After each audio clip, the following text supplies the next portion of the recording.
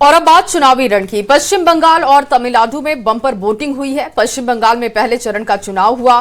16 जिलों की 152 सीटों पर हुए चुनाव में 90% से ज्यादा मतदान हुआ है। तमिलनाडु में एक चरण में सभी सीटों पर 84% वोटिंग हुई।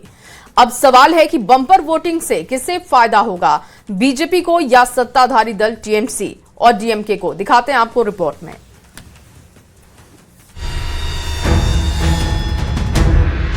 पश्चिम बंगाल में पहला चरण और तमिलनाडु में एक ही चरण में सभी सीटों पर चुनाव संपन्न हो गया। तमिलनाडु में तो चुनाव लगभग शांतिपूर्ण रहा, लेकिन बंगाल में कुछ जगह जबरदस्त बवाल हुआ। अच्छी बात ये रही कि पहले चरण में कोई बड़ी वारदात देखने को नहीं मिली, जो बीते कुछ चुनावों से बंगाल की पहचान बनती जा रही थी। खैर, छिटपुट हिंसक घटनाओं के बीच जहां वोटर का जोश हाई दिखा, वहीं शाम 6 बजे तक बंगाल की 294 सीटों में से 152 सीटों पर पहले फेज में 91.35% मतदान हुआ। वहीं तमिलनाडु की सभी 234 सीटों पर रिकॉर्ड 84.29% वोटिंग हुई। दोनों राज्यों के इतिहास में पहली बार सबसे ज्यादा वोटिंग हुई है। बंगाल में हुई बम्पर वोटिंग के बाद टीएमसी प्रमुख ममता बनर्जी ने कहा, बंगाल की जनता ने एसआईआर के विरोध में बम्पर वोटिंग की है। जबकि केंद्रीय गृह मंत्री अमित शाह ने टीएमसी पर तंज कसते हुए सोशल साइट एक्स पर लिखा, टीएमसी के भ्रष्टाचार और गुंडागर्दी का सूरज डूब गया। ऐन चुनाव के दिन एक बयान कांग्रेस नेता राहुल गांधी ने भी दिया। राहुल गांधी ने कहा, ममता बनर्जी ने बंगाल को पोलराइज किया। सीएम ममता की वजह से बीजेपी को मौका मिला है। ममता जी ने साफ सुथरी सरकार चलाई होती।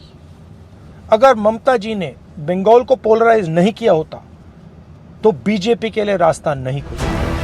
फैसला किसके पक्ष में होगा, ये तो 4 मई को तय होगा। लेकिन वोटिंग ट्रेंड ने बता दिया है कि चुनाव आयोग वोटर को पोलिंग बूथ तक ले जाने में कामयाब रहा और जनता को भी इसके लिए सलाम, जिसने चुनाव आयोग पर लगाए जा रहे तमाम आरोपों को दरकिनार कर वोटिंग में बढ़ चढ़कर हिस्सा लिया और चुनाव प्रक्रिया पर अपना भरोसा जताया। फिर सबके मन में यही सवाल है कि इस बम्पर वोटिंग का क्या संदेश है? बंगाल जैसे बड़े राज्य में बीजेपी सत्ता में आ रही है या फिर ममता दीदी की कुर्सी बचाने के लिए हुई bumper voting? Bureau report, news 18। Patna से बड़ी खबर, जहां केंद्रीय मंत्री गिरिराज सिंह का बयान सामने आया है। बंगाल चुनाव में हुई हिंसा पर उन्होंने बयान दिया, बंगाल में खत्म होगा एम राज्य, अब आएगा राम राज्य। बदलाव के लिए ये मतदान हुआ है। तो 91% वोटिंग और इस वोटिंग से बीजेपी गदगद है। तो देखिए, बंगाल चुनाव में हिंसा का भी मामला सामने आया था, झड़प हुई थी और ऐसे में बंगाल में एम राज्य खत्म होगा, राम राज्य आएगा, यह कहना है केंद्रीय मंत्री गिरिराज सिंह का। उन्होंने कहा कि यह मतदान जो है वो बदलाव के लिए हुआ है। बंगाल के अंदर जो मतदान हुआ है वो बदलाव का मतदान हुआ है। अब एम राज गया, अब राम राज आएगा। सर, अधिकारी को सर टीएमसी कार्यकर्ताओं ने दौड़ा कर पीटा है।